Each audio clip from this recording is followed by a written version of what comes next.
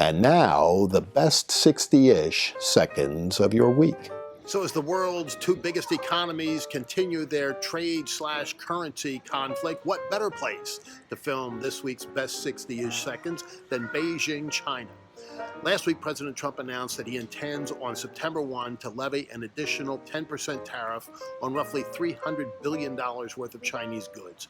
And the American markets predictably took a plunge. Last week was the worst single week of 2019 for the Dow Jones Industrial Average. And Monday of this week was the worst single day, down almost 1,000 points in midday trading, ended up somewhere around 750 down on the day, largely because China had devalued the yuan, its major currency.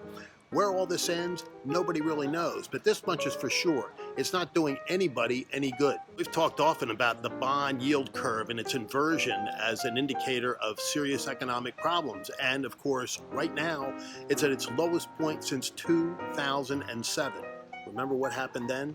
The 10-year Treasury yield is at an astonishingly low 1.74, which portends the possibility of either worldwide economic slowdown as a result of these tariff wars and trade problems, or it could be a precursor of those. Either way, it's bad news for the re-election efforts of President Trump, who stakes so much on the economy. Now, we've said, too, that the markets are not the economy and aren't the only indicator of the economy, but they're the one that the president likes to point to because, frankly, it's the one most Americans understand best, and it's hitting them right where it hurts with their 401ks, etc. And the American farmer is suffering as well.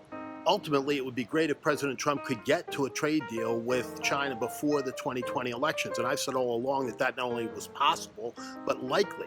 I'm not thinking that anymore. I think now the best chance is for a series of mini deals or even micro deals, but not any major deal. It just doesn't look like that's going to happen.